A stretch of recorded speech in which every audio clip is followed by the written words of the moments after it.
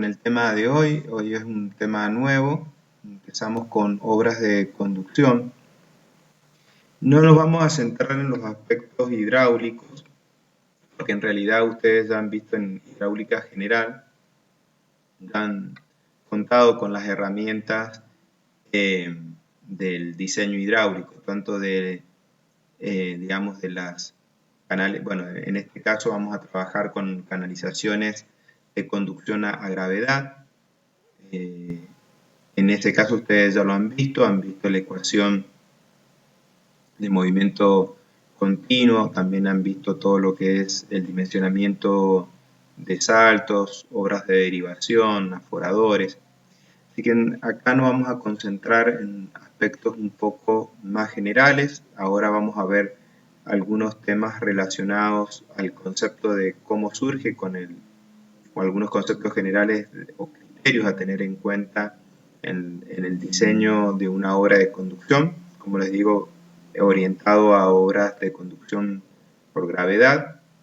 Y después vamos a ver aspectos constructivos de secciones o de las secciones más usadas o habitualmente más usadas, enfocándonos principalmente en las secciones de hormigón como revestimiento para la obra de conducción.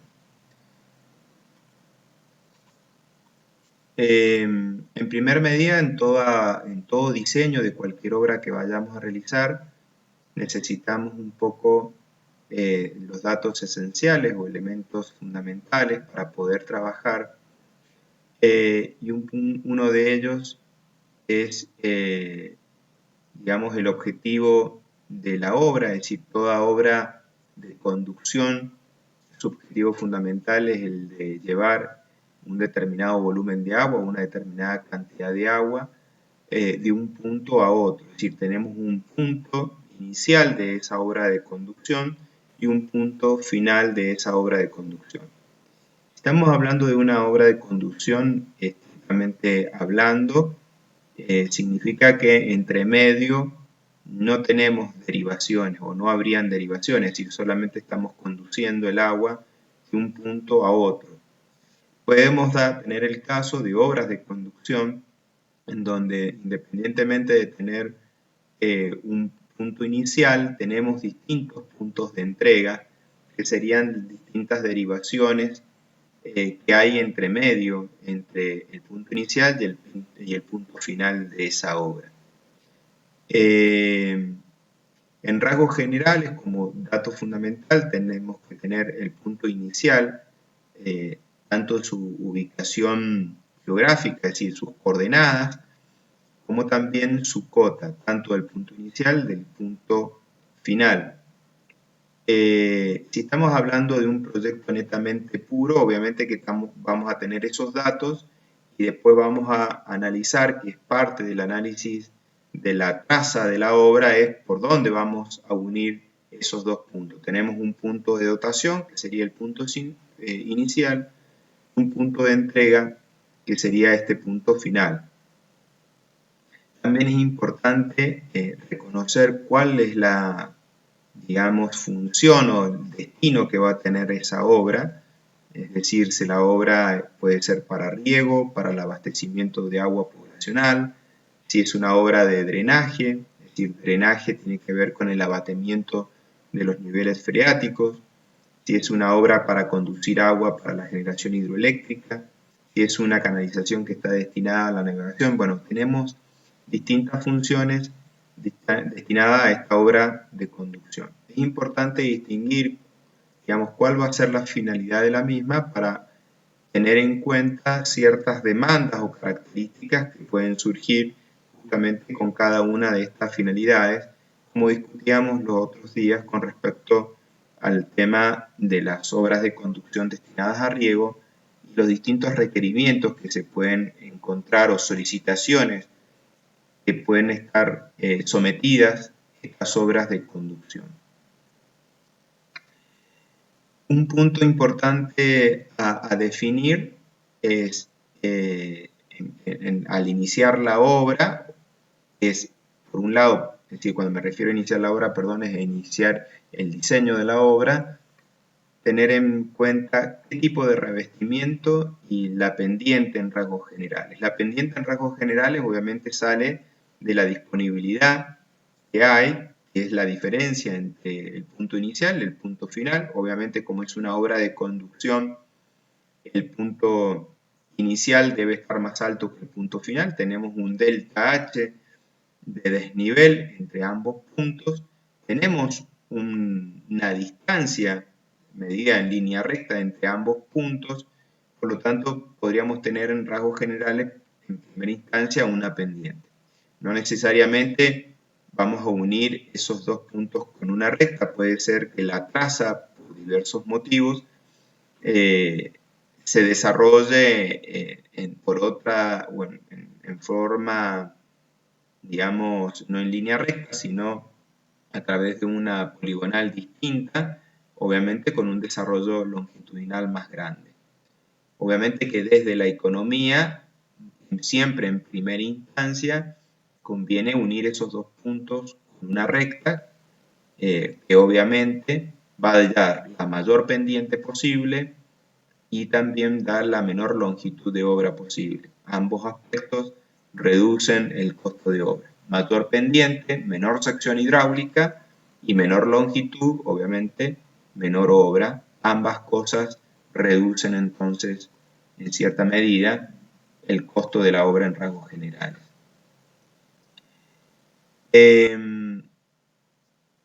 Cuando hablo del revestimiento es que debemos definir qué tipo de revestimiento.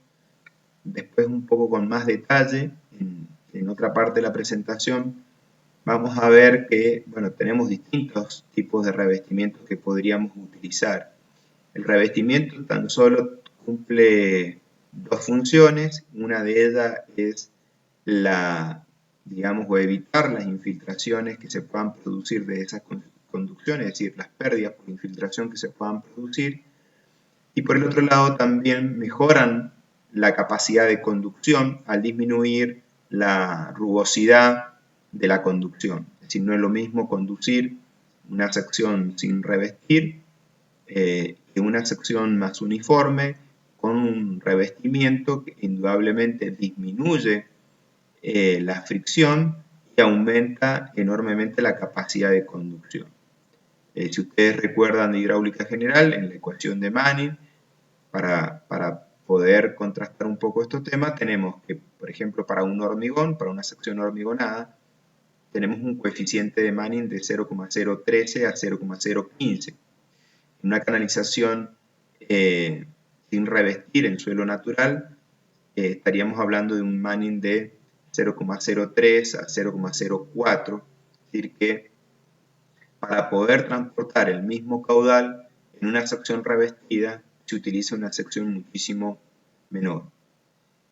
A expensa, obviamente, al reducir la rugosidad, aumenta la velocidad y al aumentar la velocidad transportamos un mayor caudal o el mismo caudal con una menor sección.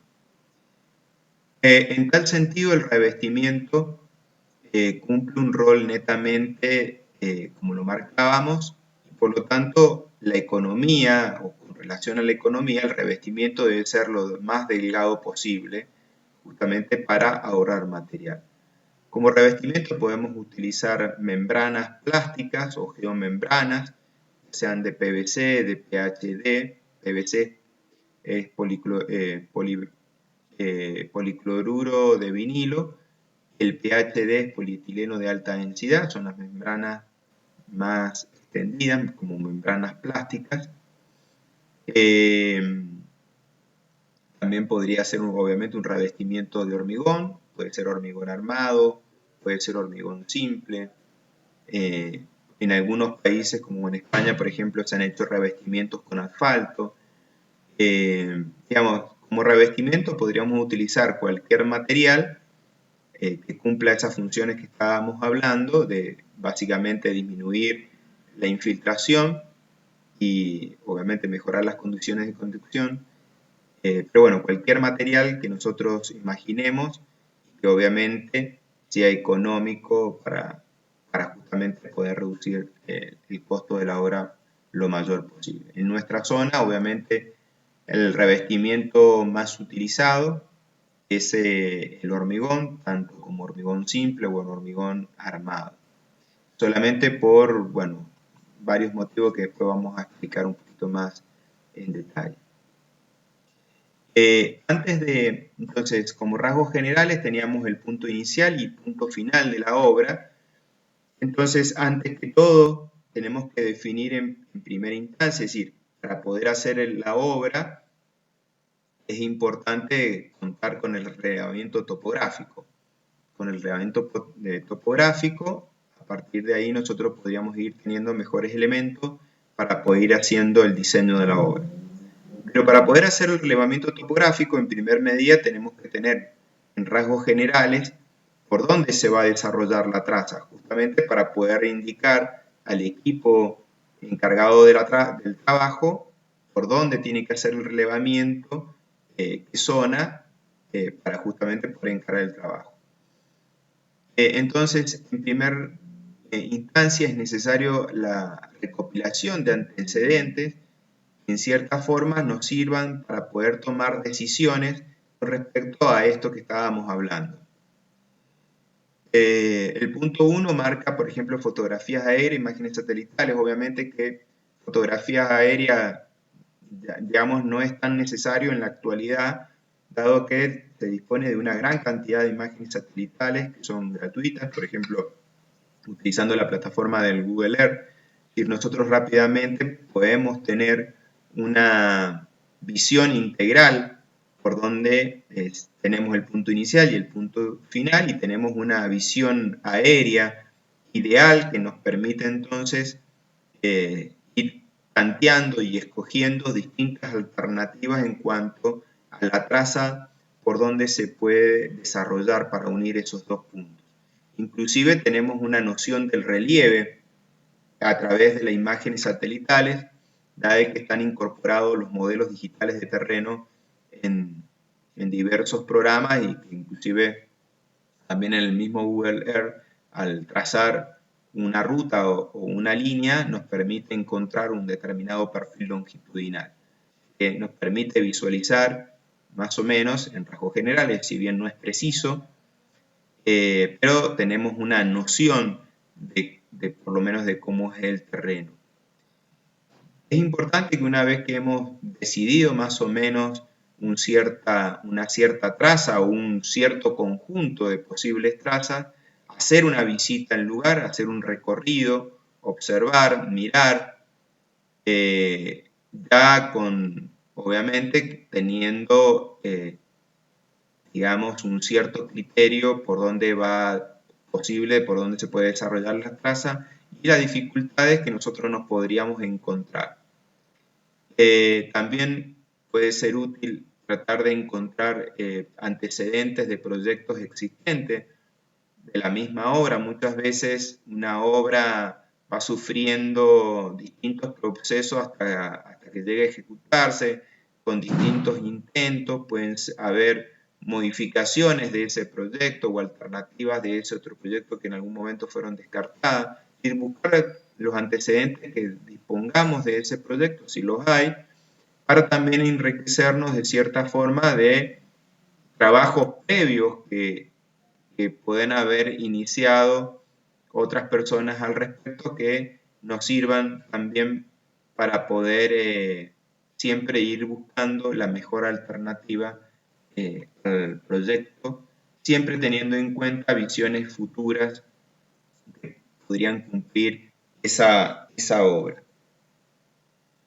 Entonces, ya con las imágenes satelitales, con recorridos en el terreno y con antecedentes, debemos elegir en primer medida una traza preliminar, es decir, una traza, bien digo, por donde se va a desarrollar el proyecto. No necesariamente puede ser una sola traza, si estamos indecisos entre una y otra, bueno, podemos seleccionar esas dos trazas. Si es necesario, vamos a tener que hacer un relevamiento topográfico de ambas alternativas de traza.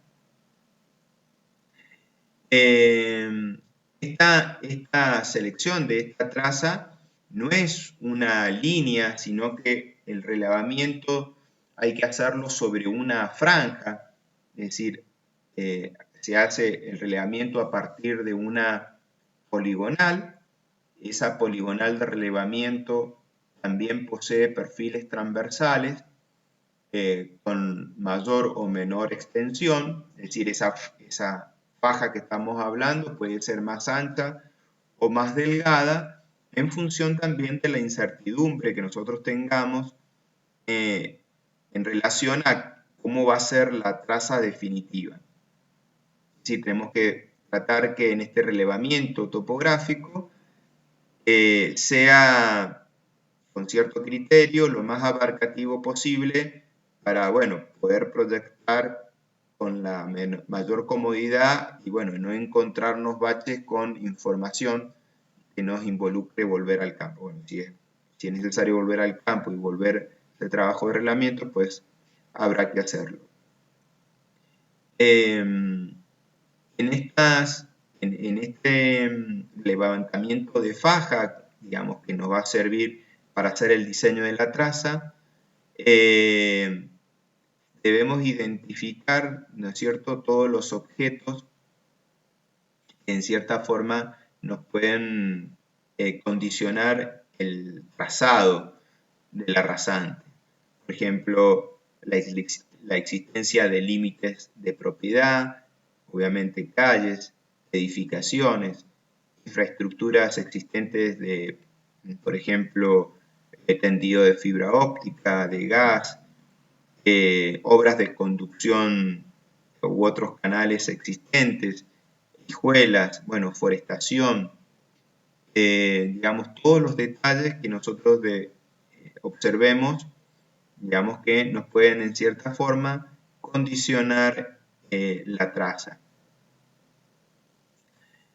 En rasgos generales nos podemos encontrar con dos situaciones distintas en cuanto a la libertad de la selección de la traza. Uno son zonas sin infraestructura, es decir, un campo abierto, es decir, un campo totalmente ausente de infraestructura. Entonces tenemos total libertad para seleccionar entre una u otra traza. En ese sentido, el único condicionante que existe es nada más que la topografía del terreno.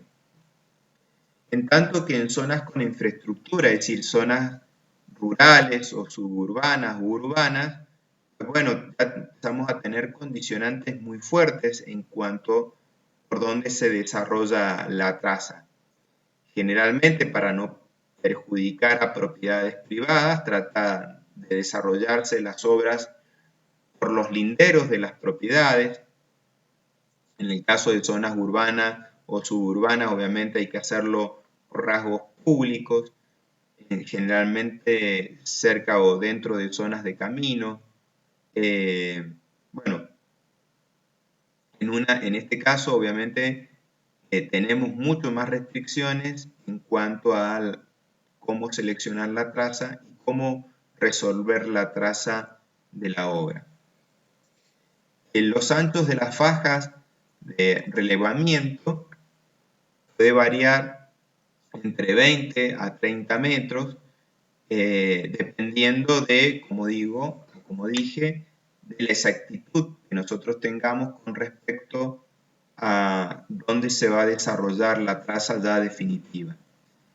Y los perfiles transversales, el distanciamiento entre perfiles transversales, varía entre 100 200 metros de acuerdo con el grado de exactitud que nosotros pretendamos y qué tan abrupta es la topografía. Cuanto más abrupta es la topografía, nos va a exigir que estos perfiles transversales estén más seguidos unos de otros, inclusive podemos llegar a distanciamientos de 50 metros entre perfiles transversales en terrenos con una topografía muy cambiante o que generalmente obedecen a terrenos con mayor pendiente o pendiente más abrupta. En terrenos más llanos, más uniformes, sin tanta variabilidad, bueno, podemos permitir un distanciamiento entre perfiles transversales de 200 metros.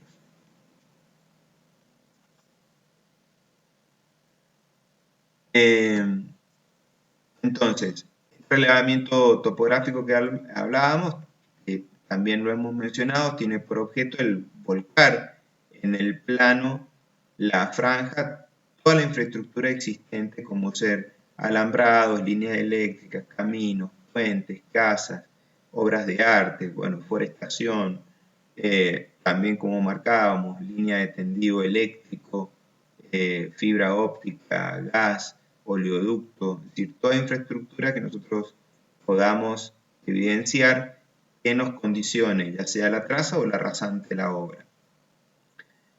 El relevamiento de la franja se hace a través de una poligonal de relevamiento, como decíamos, con perfiles transversales distanciados. Es importante que los relevamientos estén referenciados tanto a nivel de cota como a nivel de coordenadas. Es decir, a nivel de cota que estén referenciadas en cota absoluta con respecto a la cota del nivel del mar y georreferenciada con respecto al sistema de georreferenciación argentino, que en este caso es el sistema POSGAR, dado que en el caso de que tengamos cotas absolutas y tengamos la topografía georreferenciada, nos permiten ir o utilizar relevamientos anteriores o comparar relevamientos o comparar este relevamiento con relevamientos futuros, dado que todos los relevamientos topográficos van a estar referenciados tanto a un mismo plano de referencia como a un mismo sistema. Entonces es útil. Y también, posteriormente, el georreferenciarlo sirve después, posteriormente, para el replanteo de la obra. Es muy importante también, con respecto al replanteo de la obra, en el trabajo de relevamiento se dejen puntos fijos, que esos puntos fijos posteriormente después sirvan para hacer el relevamiento de la obra, de acuerdo con las condicionantes del proyecto.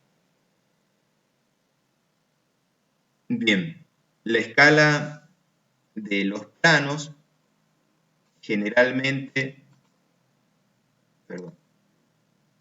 la escala de los planos es generalmente de 1 en 1000, es decir, hablando en planimetría, generalmente en el caso de la planimetría es de 1 en 1000, los perfiles longitudinales es en la escala longitudinal también es 1 en 1000 y la escala vertical, como está exagerada, es 1 en 100. Eso en rasgos generales y para las descripciones de obras generales.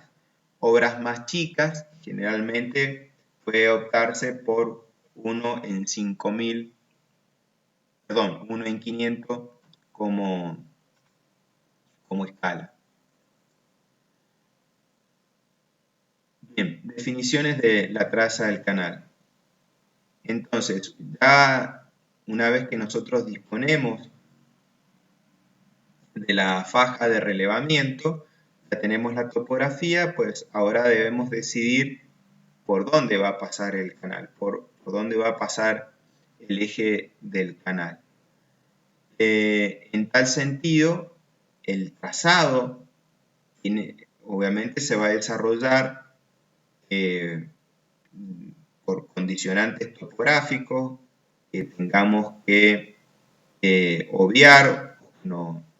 En el caso de las zonas urbanas, por ejemplo, en esas circunstancias deberemos tener limitantes con respecto a edificaciones existentes, infraestructura fundamentalmente existente y que obviamente deberemos conservar y que deberemos esquivar con la obra y ver cuáles son esos condicionantes. Una vez que tenemos determinada la traza en rasgos generales de la obra, es decir, el eje de la obra, se deben determinar las coordenadas de los vértices de esa poligonal. Es decir, esta poligonal que estamos trazando no va a ser probablemente la traza última o definitiva, sino que también esto es un proceso iterativo en donde después posteriormente ya selecciona cuál es la traza definitiva. Pero una vez que hemos planteado en rasgos generales cuál es la traza que más conviene, debemos determinar las coordenadas de los vértices o de cada uno de esos vértices, la longitud de los lados de esa poligonal, y ahí también vamos ya planteando, digamos, cuáles van a ser los radios de las curvas, si en tanto que esa poligonal tenga quiebres, y más aún si esos quiebres son importantes. Es decir, si yo tengo quiebres que ya son superiores a los 3, 4 grados, conviene colocar una curva para suavizar entonces el cambio de dirección del agua. Una vez que tenemos definido entonces la traza y las coordenadas de cada uno de los vértices, nos permite hacer el progresivado de del eje del proyecto o de la traza del canal. Una vez que tenemos el progresivado, podemos construir recién ahí un perfil longitudinal de por dónde se va a desarrollar la traza de la obra. Con ese perfil longitudinal, después posteriormente tenemos que volcar en ese perfil longitudinal todas las particularidades que deberemos tener en cuenta y que van a ser un condicionante en el trazado de la rasante. Es decir, la planimetría tiene que ver con el desarrollo en planta de la obra, es decir, cuál es por dónde se va a ubicar el eje de la obra a nivel de planta. Y a nivel de altimetría, es decir, cómo van a ser las pendientes, dónde van a haber o podrían haber saltos y demás, queda definido justamente por la rasante.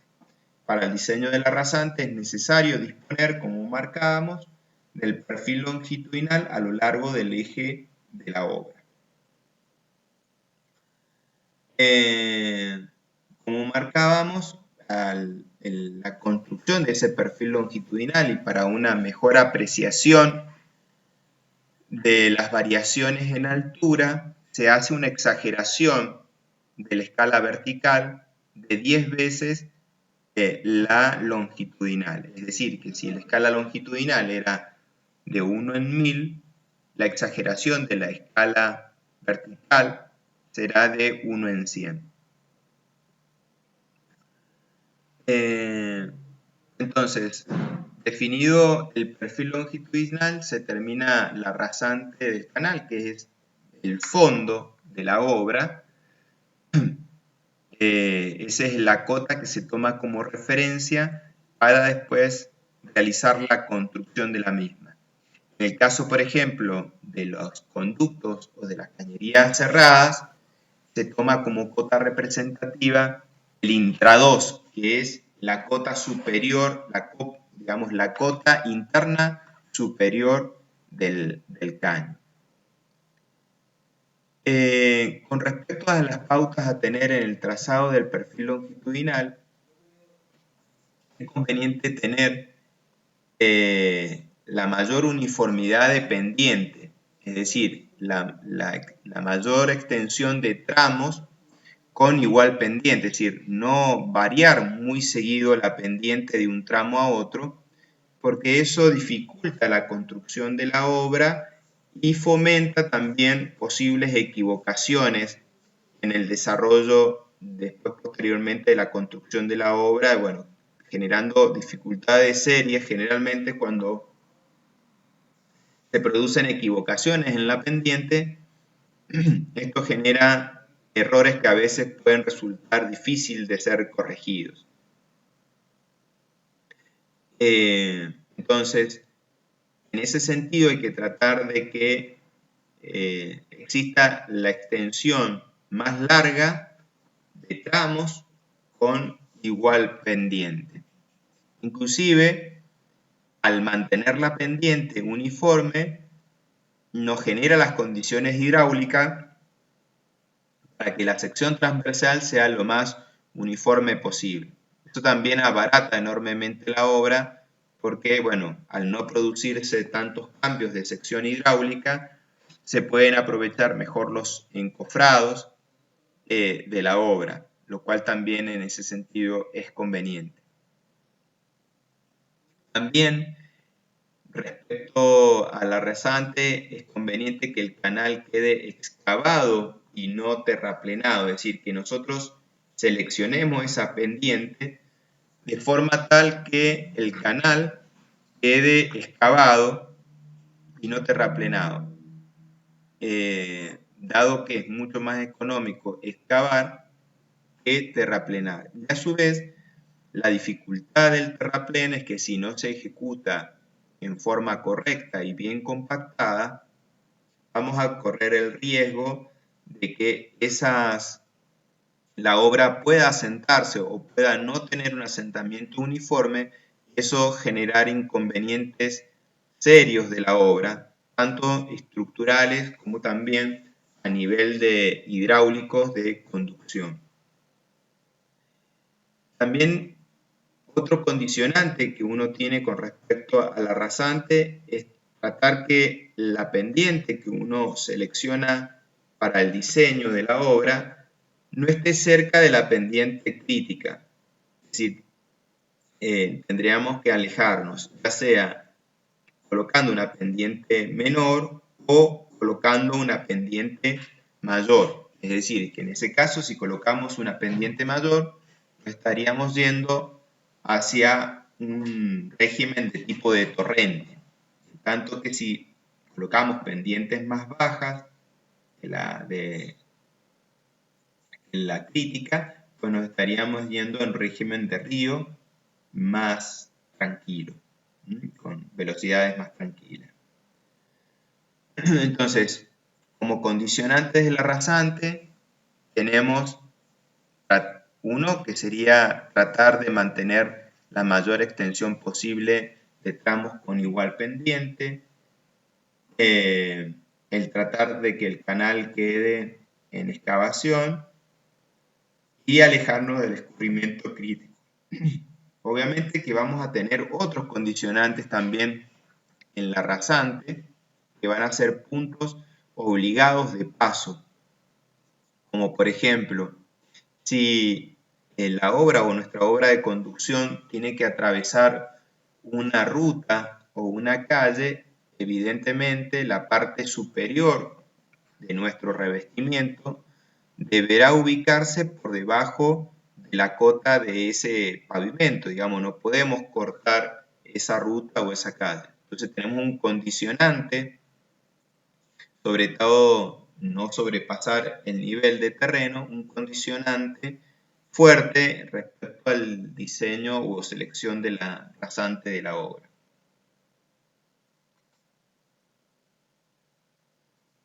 Bien, secciones transversales hidráulicas, es decir, una vez que tenemos la pendiente, que tenemos una cierta idea de la rasante de la obra, debemos seleccionar el tipo de sección ya en forma definitiva. Hacer el dimensionamiento hidráulico de la obra de conducción y establecer las dimensiones de esa sección. Es decir, qué ancho va a tener, cuál va a ser la altura de los muros. Y a su vez deberemos permitir también la selección de la revancha, es decir, el margen de seguridad entre el pelo de agua y la parte superior de la canalización debemos dejar por situaciones ya tanto defectuosas en la construcción de la obra o cambios en cuanto a la rugosidad de la obra de conducción. Hay ciertas obras de conducción, si tienen pendiente baja, pueden sufrir la acumulación de lamas o sedimentos que perjudiquen a la conducción de agua. Entonces, en esa circunstancia es necesario limpiar esas secciones para poder recuperar esa capacidad de conducción. Acá, por ejemplo, le he puesto distintos criterios de cómo poder seleccionar la revancha de una obra de conducción, en donde la tienen para distintos niveles de caudales. En el caso de obras chicas, es decir, aquellas obras que presentan una capacidad de conducción menor de 10 metros cúbicos por hectárea, una revancha habitual de tomar es directamente 30 centímetros, o incluso puede ser 20 centímetros también.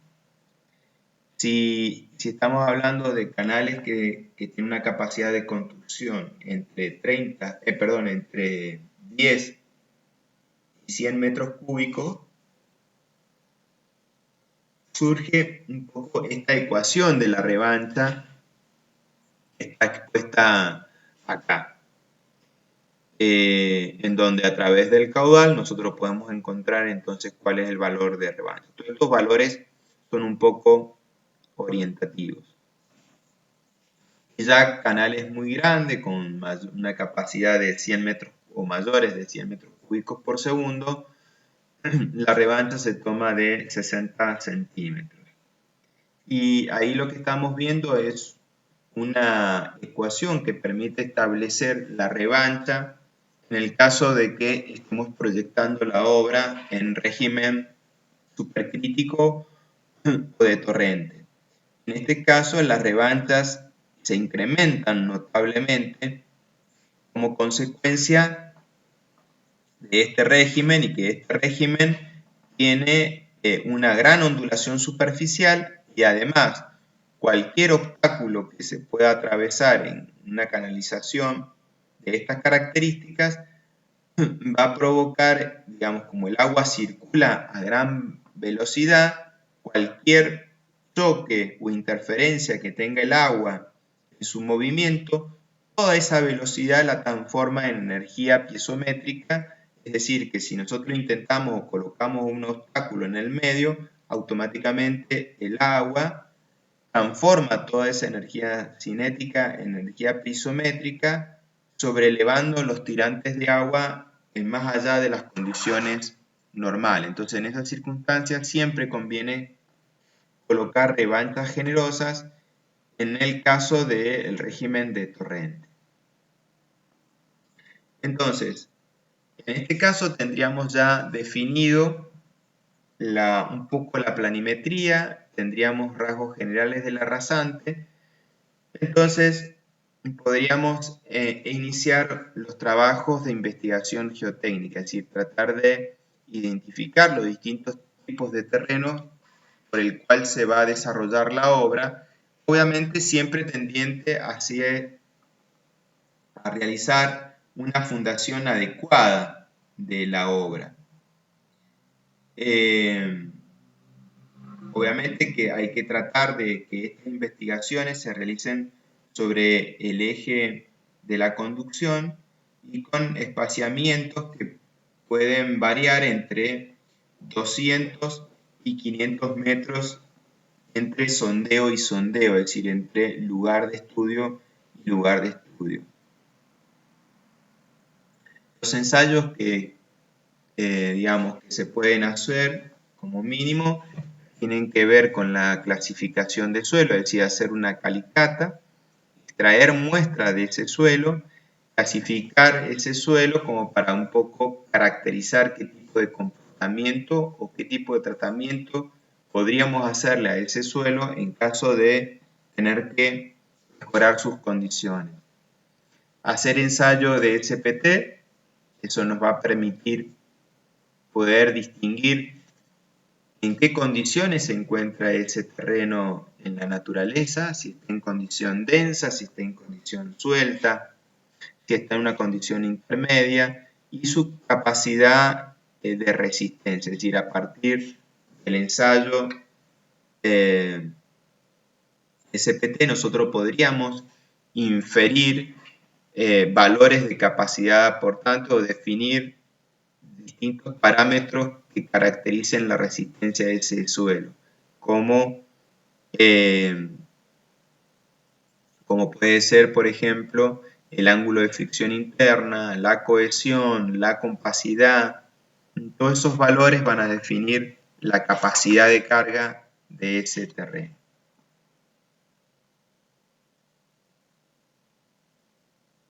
Cuando hablamos desde el punto de vista de la fundación, voy a volver a esta filmina, debemos distinguir que las cargas que generalmente una obra de conducción le transmite al terreno son relativamente bajas, es decir, no son cargas muy elevadas. Debemos tener presente que inclusive el canal puede pesar menos que la tierra que se excavó para poder ejecutar la obra. Es decir, si este es el terreno natural y la canalización va a ir ubicada acá, nosotros para poder hacer esta obra necesariamente debemos excavar este sector para después ubicar esa obra en ese lugar. Pues bueno, si nosotros analizamos de que la tierra o el suelo puede estar pesando entre 1.400 a 2.000 kilos por metro cúbico aproximadamente, fíjense que el canal en sí pesa mucho menos que eso, porque si bien el hormigón pesa muchísimo, es decir, 2.400 kilos por metro cúbico, si bien pesa mucho, está colocado en un espesor muy delgado, es decir, no es que está toda la sección llena de hormigón, es decir, solamente los perímetros de esa canalización, que a lo cual le deberíamos sumar el peso del agua. Entonces, en rasgos generales, una canalización está transmitiéndole menor esfuerzo que el que se encontraba en condiciones naturales. Es decir, que la capacidad portante en una obra de conducción no es un limitante o no es un condicionante muy fuerte. Sí, en cambio, un condicionante muy fuerte tiene que ver en cuanto al estado en que se encuentra, si se encuentra en condición densa o condición suelta, dado que a partir de ahí se pueden derivar asentamientos que nos pueden complicar o dificultar la situación de la obra. Acá me refiero, es decir, una obra de conducción es una obra muy extensa, muy larga,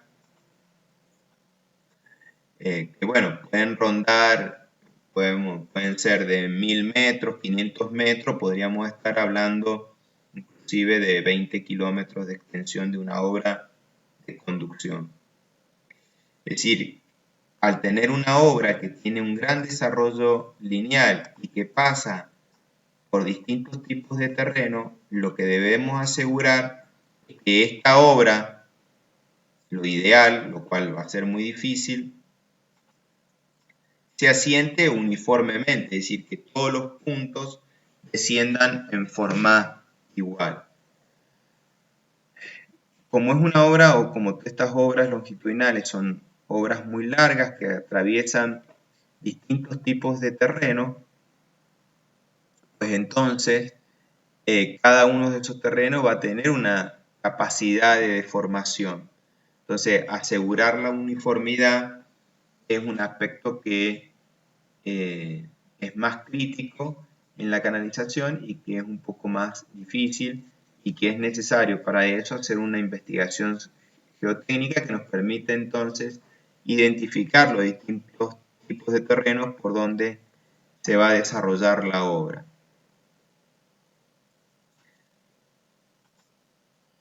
Bien, entonces, ahora vamos a encarar un poco los distintos tipos de revestimientos que nos debemos encontrar. El objeto del revestimiento, por lo que marcábamos un poco al inicio, es la disminución en primera instancia, la disminución de las pérdidas por infiltración, también disminuir costos de mantenimiento, dado que el hecho de revestir una obra o hacer un revestimiento en una obra ya limita el crecimiento de vegetación, la producción de embanque, problemas de erosión. Bueno, todos los canales no revestidos, en definitiva, siempre necesitan una limpieza y una recomposición de la sección transversal, que sería la famosa limpieza de cupo. Entonces, el hecho de generar un canal revestido disminuye enormemente estos problemas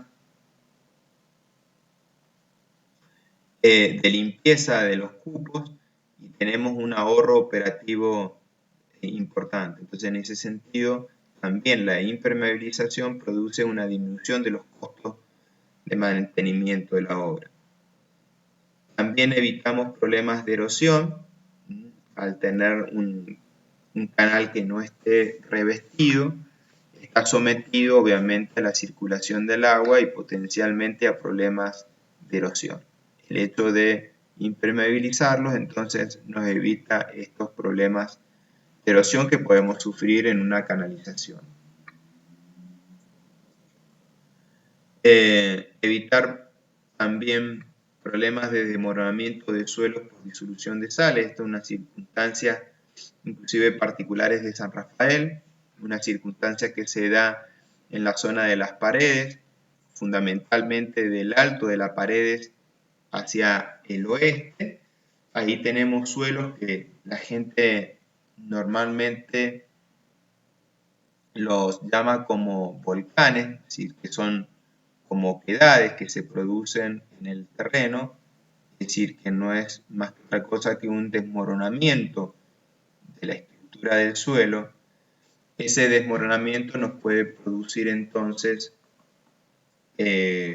problemas o grandes problemas de infiltración de agua, rotura de los bordos del canal y desborde. Entonces, uno de los objetos puede ser justamente revestir esas canalizaciones para poder mitigar estos problemas, dado que en el caso de la disolución de los sulfatos, esa disolución se produce a partir de la infiltración del agua. El agua al infiltrarse con el tiempo va disolviendo estas sales. Estas sales al disolverse no desaparece esa ligazón o ese lazo que vincula las partículas y comienza a desmoronarse y generar estas oquedades que hablábamos. El hecho de impermeabilizarlos entonces nos disminuye esta pérdida de infiltración y nos evitamos estos problemas de disolución de las partículas. Bien, y la otra ventaja o el otro objeto de revestir tiene que ver con el aumento de la capacidad de conducción de la obra. El hecho de revestir, como marcábamos, disminuye la rugosidad, aumenta la velocidad y por tanto también aumenta la capacidad de conducción de esa obra. Tenemos, bueno, distintos tipos de revestimientos. Acá quedan clasificados he puesto los más usuales en nuestra zona. Entre ellos tenemos el hormigón, que puede ser hormigón simple, hormigón armado, membranas plásticas, que son los famosos que la gente denomina como polietileno, ese polietileno negro. En realidad ese polietileno negro, ese es un polietileno, un PHD, un polietileno de alta densidad. Ese, el finito que generalmente nosotros podemos observar es un polietileno de 200 micrones. Para la impermeabilización de canales se utilizan polietilenos más gruesos, en el orden de los 800 micrones, y si no en el orden de los 1000 micrones, que sería 1 milímetro de espesor. Y pueden venir de material de PHD o PVC.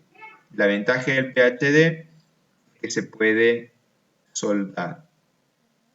También podríamos utilizar tubos de gran diámetro, es decir, secciones cerradas, que no es que trabajen a sección llena, sino a sección parcialmente llena, con presencia de aire en su interior, es decir, que lo único que estamos hablando es de un canal cerrado, es decir, una conducción a gravedad cerrada.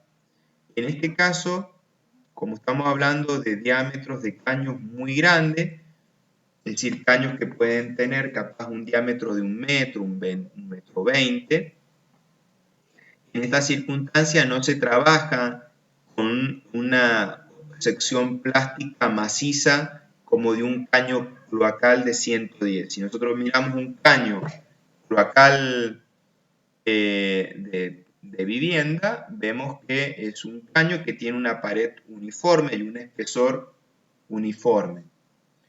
Cuando vamos trabajando con diámetros tan grandes, ese tipo de técnica de construcción del caño no es muy ventajosa desde lo económico, porque en la medida que uno aumenta el diámetro, debería aumentar el espesor. Entonces, diámetros muy grandes significan aumentos de espesores muy grandes con costos muy elevados. En tal sentido, se utilizan otras técnicas u otros materiales de esos tubos, como puede ser el PRFB, y si no, otro tipo muy utilizado es la utilización de cintas de PVC. Los caños de PRFB son caños de fibra de vidrio, es decir, el mismo material con que se realizan las lanchas o las embarcaciones. Es decir, que la pared del caño está realizado en fibra de vidrio. En este caso, lo que se hace es colocar la fibra, se va hilando sobre un mandril, digamos, como si fuese, digamos, un mandril, es otro caño cuyo diámetro va a ser el diámetro interior del caño que se quiere lograr o construir. En esas circunstancias se va haciendo el hilado de una fibra semejante a cómo está el bobinado de un hilo de coser de uso, digamos, para la costura hogareña. Es decir, se va hilando o se va envolviendo la fibra a lo largo de ese mandril, para que tenga cierta resistencia no tan solo anular, sino también en el sentido longitudinal, el caño. El hilado de la fibra se hace con una determinada inclinación, tanto en un sentido como en el otro. Una vez que se coloca esa fibra, se colocan resina en la fibra para que resina y fibra trabaje con un material compuesto similar al material que nosotros lograríamos con un hormigón armado, donde tenemos una armadura y tenemos un material de relleno que es el hormigón. En este caso es algo semejante, en donde tenemos la fibra de vidrio, que sería como la armadura en el hormigón, y tendríamos la resina, que sería como el hormigón en una sección de hormigón armado.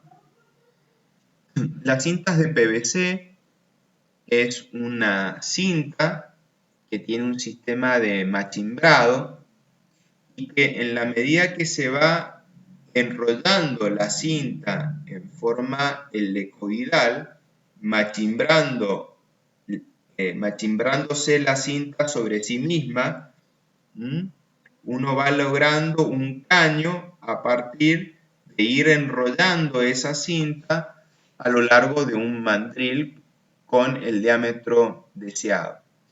Esa cinta tiene la particularidad de que tiene un alto momento de inercia por la forma que posee, es decir, la cinta se compone en un extremo, por ejemplo, de una protuberancia, tiene la pared propia del caño y acá tiene ese sistema de machimbrado, es decir, que cuando empalma con la cinta del otro lado, pues la protuberancia de la otra encaja acá. Y a esta sección se le incorpora una configuración en T que lo que está buscando es aumentar el momento de inercia de esta sección, lo cual nos permitiría entonces tener una sección con una alta resistencia, es decir, con un alto momento de inercia, con una economía de material importante. De algo que si nosotros quisiéramos repetir este mismo momento de inercia, pero en forma maciza, deberíamos colocar un espesor de material significativo. Otro revestimiento que podríamos lograr pueden ser a través de suelos mejorados, es decir, la utilización fundamentalmente de arcilla o mezcla de arcilla con material, lo cual nos permitiría entonces hacer una impermeabilización, no al nivel de los materiales, ya sea plástico u hormigón, en cuanto a su capacidad de infiltración, pero sí nos permitiría mitigar esa infiltración, obviamente a un costo de obra más reducido.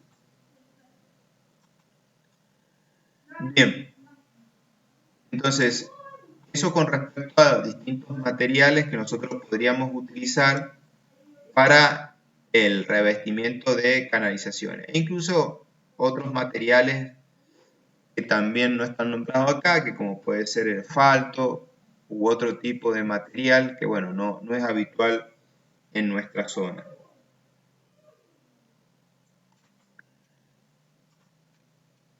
Bien, entonces, una vez que nosotros tenemos más o menos una rasante, tenemos un tipo de material que vamos a utilizar en el revestimiento, nos queda seleccionar un poco la sección transversal de esa canalización. En realidad es un proceso iterativo porque vamos a ver que podemos jugar con distintas pendientes en cierta forma y distintas formas de secciones transversales.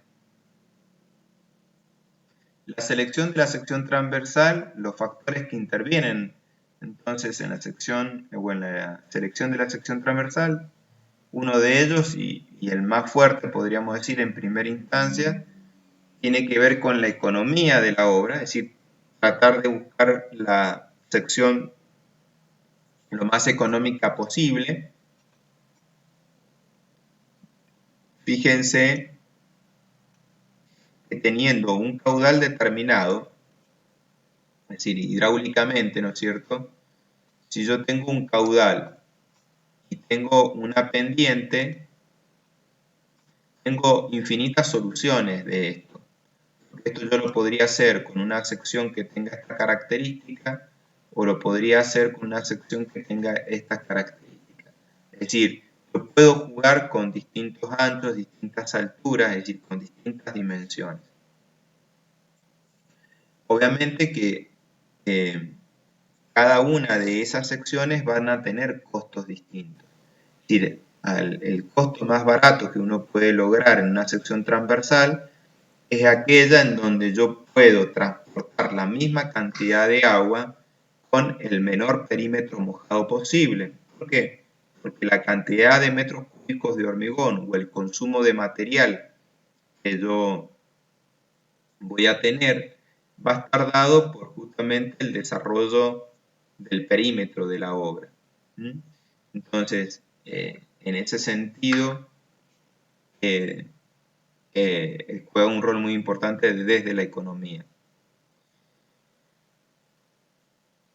Otro aspecto u otro tema que tener en cuenta es la disponibilidad de espacio. Por ahí el espacio para colocar la sección es reducido. Entonces, en esas circunstancias conviene seleccionar, por ejemplo, las secciones rectangulares y no las trapeciales. Es decir, por ejemplo, las secciones más habituales con las que se trabajan acá tiene que ver en uno de ellos los canales de sección trapecial,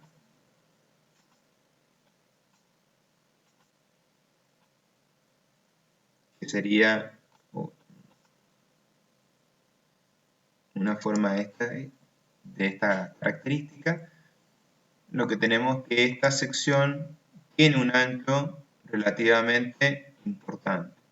Entonces, si nosotros quisiéramos reducir este ancho, una situación puede ser irnos hacia una sección rectangular con muros verticales. Inclusive, si se reduce aún más el ancho, pues podríamos buscar una relación de aspecto más angosta y más alta. Es decir, fíjense que capaz estas dos conducciones tienen la misma área mojada, pero esta figura va a tener un mayor desarrollo geométrico que esta figura, lo cual va a encarecer esta obra.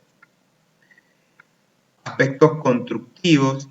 Los aspectos constructivos también están relacionados con la economía, es decir, todos aquellos aspectos que nosotros podamos analizar en el diseño del canal y que agilicen la construcción, es decir, que hagan que la construcción se realice en forma mucho más rápida, pues entonces involucra una obra más barata, porque hay menor consumo de mano de obra y mayor ejecución, es decir, mayor ritmo de obra. Eso permite entonces reducir el costo de metro cúbico de hormigón o de material puesto en la obra. Entonces, también los aspectos constructivos nos pueden limitar ciertos aspectos de la sección transversal. Condicionantes geotécnicos, es decir, las condiciones del suelo sobre la cual se va a desarrollar la obra nos pueden limitar la utilización de un revestimiento u otro revestimiento. Es decir, si estamos en un terreno que es altamente inestable y que puede sufrir deformaciones, es decir, estas deformaciones que se van a producir no es por la transmisión de carga al terreno, es decir, generalmente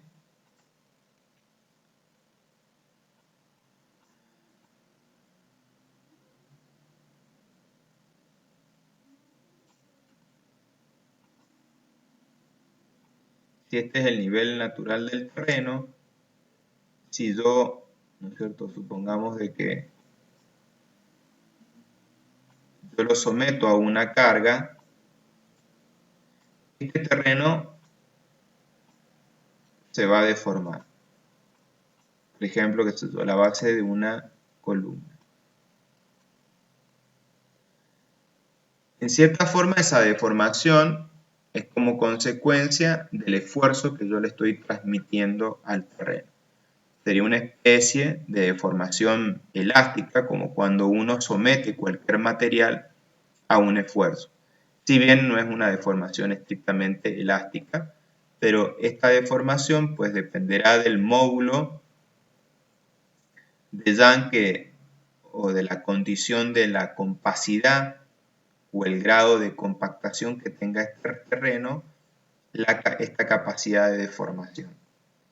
Pero también un terreno que no esté cargado se puede asentar, es decir, que yo lo puedo ver, por ejemplo, en las circunstancias cuando uno coloca harina en un recipiente o leche en polvo en un recipiente o cacao en un recipiente y lo quiere hacer, es decir, uno lo coloca en el recipiente y si uno lo quiere hacer descender, lo hace vibrar un poco con la mano y rápidamente las partículas se acomodan y ocupan un espacio más reducido.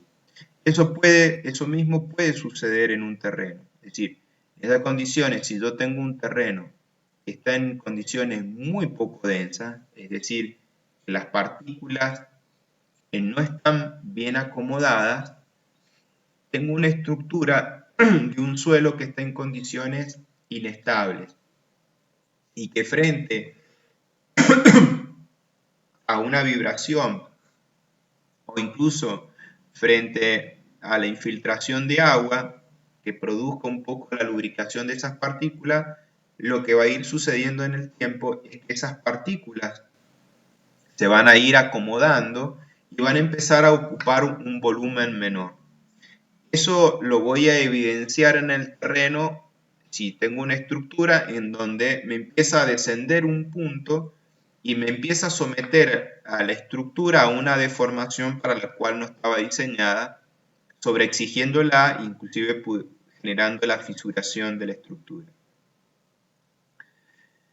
Es decir, que yo puedo tener deformaciones en el terreno producto de que yo al suelo lo estoy cargando, pero también yo puedo tener deformaciones en un terreno, pero que no surgen como consecuencia de haberlo cargado al terreno, sino como consecuencia de que el terreno naturalmente estaba en condiciones poco densas y que se generó algún mecanismo, y si se dispara, perdón, algún mecanismo que genera o puede generar la densificación de ese terreno, lo que voy a empezar es a tener asentamientos. Es decir, esos son suelos que pueden ser inestables. En este caso, si yo estoy en suelos que pueden ser inestables y que potencialmente puedo estar frente a circunstancias de tener asentamientos, por ejemplo, me conviene colocar secciones que no sean tan frágiles y que se puedan en cierta forma acomodar a estas deformaciones del terreno. En este sentido, por ejemplo, una sección que se podría utilizar, si se utiliza polietileno, podría ser una sección trapecial. Y en el caso de si uno utiliza hormigón, que no sería tan adecuado para ese tipo de terreno, debería irse a un hormigón armado, a una sección rectangular de un hormigón armado, dado que si bien es rígido, pero presenta, al tener armadura, presenta mayor capacidad para por lo menos no fracturarse y aumentar en todo caso las pérdidas de infiltración. Y también otro factor que también juega en ese sentido es la magnitud de los caudales a conducir. Generalmente, cuando uno trabaja con caudales pequeños, conviene trabajar con secciones rectangulares en su medida, y cuando trabaja con caudales más grandes, por ahí conviene trabajar con secciones trapeciales. También es importante un poco esto, ya lo vamos a entrar un poquito más en detalle, en función de la tipología constructiva que se utilice y la relación un poquito ancho-alto que se le dé a la sección transversal. Factores económicos. En primer medida, el área transversal es un elemento decisivo por justamente el perímetro mojado. Afecta enormemente a la cantidad de material consumido en la obra y obviamente hay una diferencia de costo. Tengan presente que una pequeña disminución en el perfil longitudinal, perdón, en la sección transversal de la obra, repercute enormemente, dado que como son obras muy largas, una pequeña variación suma un montón de metros cúbicos de hormigón a la finalización, bueno, de todo el proyecto. Bien. Entonces, la sección más, digamos, más óptima de un canal es aquella que para un área transversal determinada tuviese el perímetro mínimo, es decir, el menor perímetro mojado y la mayor economía a igualdad de capacidad de conducción. La condición de perímetro mínimo no solo debe buscarse para disminuir el costo del revestimiento, sino también para disminuir la fricción con el agua, es decir, aumenta la velocidad y también optimiza aún más la sección hidráulicamente. Geométricamente, la sección geométrica que posee a igualdad de área mojada el menor perímetro mojado tiene que ver con la sección circular. Es la figura geométrica entonces que nos brinda digamos, el menor perímetro mojado a igualdad de área mojada. Lo que sí, obviamente, cuando estamos trabajando en canales chicos, capaz esto se puede trabajar en otros materiales como plástico, que se puedan llegar a colocar con facilidad, pero si trabajamos en áreas grandes y trabajamos con hormigón armado, pues bueno, hay cierta dificultad tanto en la colocación del hormigón como así también en la construcción de esa excavación en forma circular. Es un poco, si bien tiene poco perímetro, pero resulta más dificultosa su construcción y en ese sentido por ahí podemos tener un encarecimiento de la obra. Es muy importante también que en vez de hacer el medio círculo completo, pues a veces para que este sector no sea inestable, dado que si nosotros hiciéramos el medio círculo completo, esto quedaría en forma vertical y tendríamos posible desmoronamiento o desplazamiento de estos suelos, lo cual nos involucraría darle capacidad resistente al revestimiento.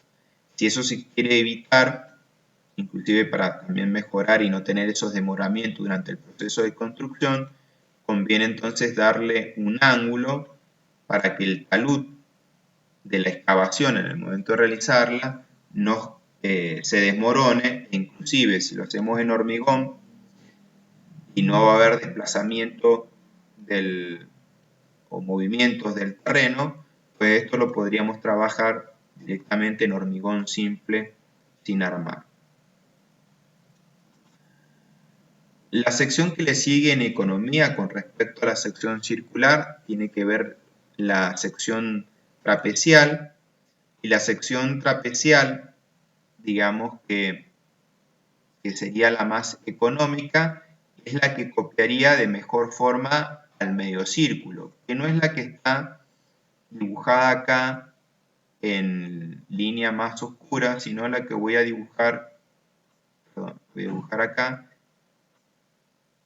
que sería la mitad de un hexágono.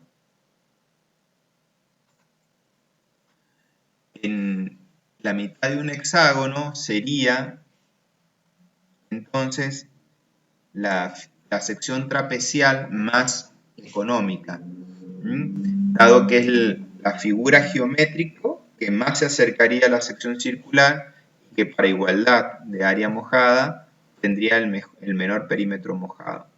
La dificultad de esto tiene que ver es que este ángulo es muy empinado, es un ángulo de 60 grados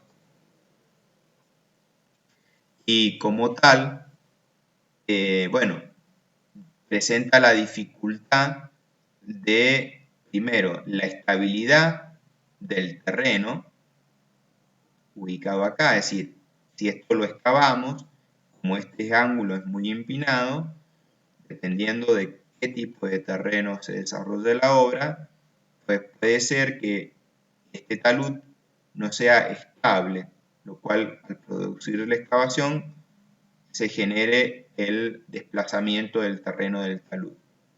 Entonces, lo cual dificulte enormemente o impida la construcción de la obra. A su vez, al ser tan empinado, nos va a exigir, como este terreno no va a estar en una condición estable, va a generar un empuje sobre el muro y en lo cual esto va a requerir, esto siempre hablando en hormigón armado, en hormigón, va a requerir la colocación de armadura para darle capacidad resistente. Si nosotros queremos trabajar en hormigón simple, pues entonces deberíamos buscar o achicar este ángulo de forma que el ángulo sea estable respecto al tipo de terreno sobre el cual se desarrolla la obra. Esto nos va a obligar a bajar el talud, como se puede visualizar acá.